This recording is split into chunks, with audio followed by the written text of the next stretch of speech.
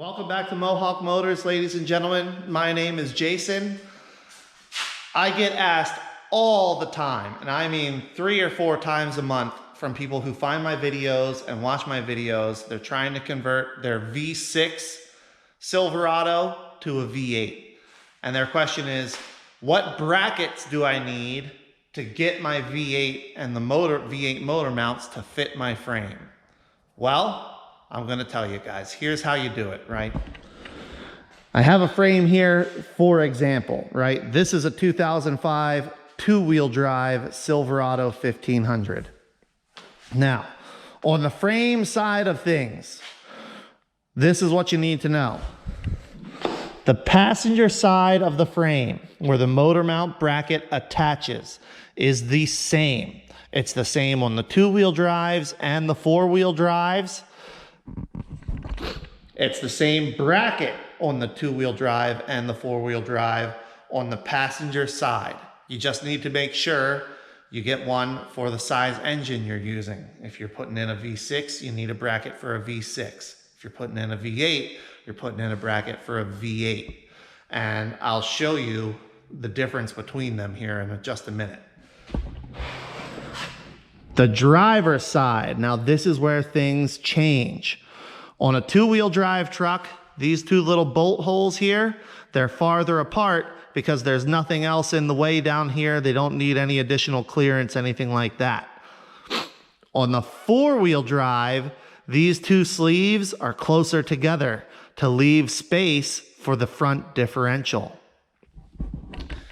And that is part of what causes the difference in these brackets. So to make this work, to do this, you're going from V6 to V8. You need to get brackets for a V8, and you also need to make sure you get the correct driver side bracket for two-wheel drive or four-wheel drive, depending on what your truck is. All right, so I've got some brackets here on the bench just so I can show you some of the differences in them. Now these are passenger side motor mount brackets. This one is for the V8. This one is for the V6. This is the front of the vehicle. This is the rear of the vehicle. You can see right away the little location hump is different size between the V6 and the V8 bracket, and it's located differently. The V8 bracket has that location hump moved a bit further forward, and the V6 a bit further backward.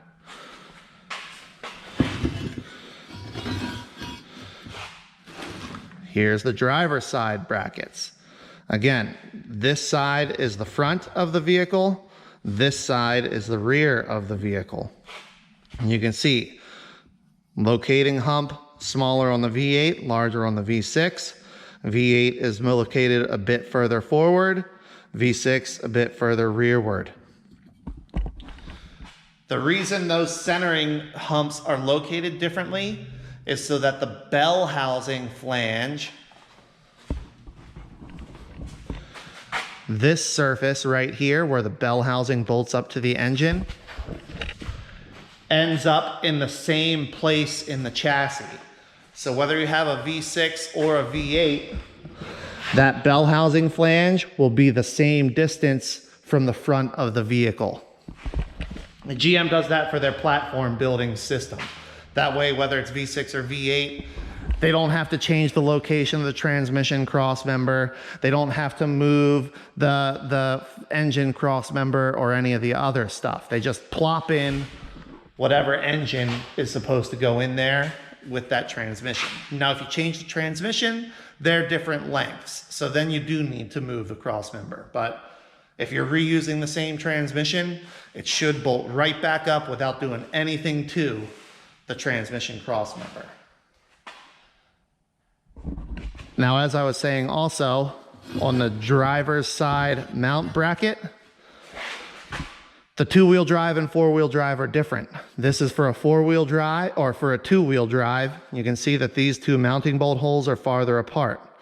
On the four-wheel drive version, these two mounting bolt holes are closer together to create clearance for the front differential.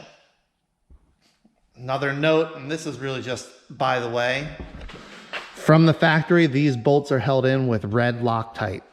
So you can use some heat to release them or work them back and forth in and out a bunch of times, and usually that will get them to release. So here you can see, I've got it pulled up on Rock Auto just for ease, but this is the part numbers for the motor mount brackets.